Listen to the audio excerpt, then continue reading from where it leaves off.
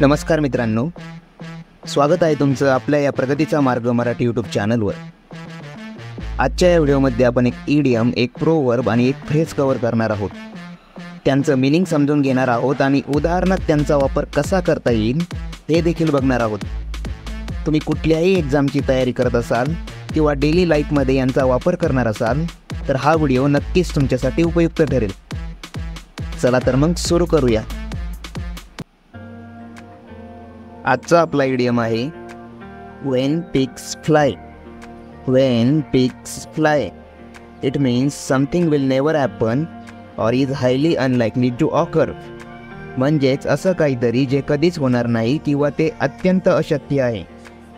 हा इडियम एखाद्या परिस्थितीवर अविश्वास किंवा शंका व्यक्त करण्यासाठी वापरला जातो। चला तर याचं एक उदाहरण घेऊन समजूया। Aniket said he would clean his room, but knowing his habits that will happen when pigs fly. म्हणजेच अनिकेत म्हणाला की तो त्याची खोली साफ करेल, पण त्याच्या सवयी बघता ते होणं अशक्य आहे। तर हा होता आजचा आपला इडियम when pigs fly। आता एक फ्रेज बघूया। तर आजची आपली फ्रेज ऑफ द डे आहे to be afraid of. To be afraid of. It means to feel fear or apprehension about someone or something. म्हणजेच एखाद्याबद्दल किंवा एखाद्या गोष्टीबद्दल भीती किंवा चिंता वाटणे। चला तर याचं एक उदाहरण घेऊन समजूया। Many people are afraid of public speaking, feeling nervous and anxious when they have to speak in front of a crowd. म्हणजेच अनेक लोकांना सार्वजनिक ठिकाणी बोलण्याची भीती वाटते। गर्दीसमोर बोलताना ते चिंताग्रस्त आणि घाबरलेले वाटतात। तर ही होती आजची आपली phrase of the day to be afraid of. आता आपण एक प्रोवर्ब म्हणजेच एक म्हण बघणार आहोत। तर आजची आपली प्रोवर्ब ऑफ द डे आहे all that glitters is not gold. All that glitters is not gold. It means not everything that looks valuable और अट्रॅक्टिव्ह इज ॲक्च्युअली व्हॅल्युएबल. म्हणजेच प्रत्येक चमकणारी वस्तू मौल्यवान असेलच असं नाही।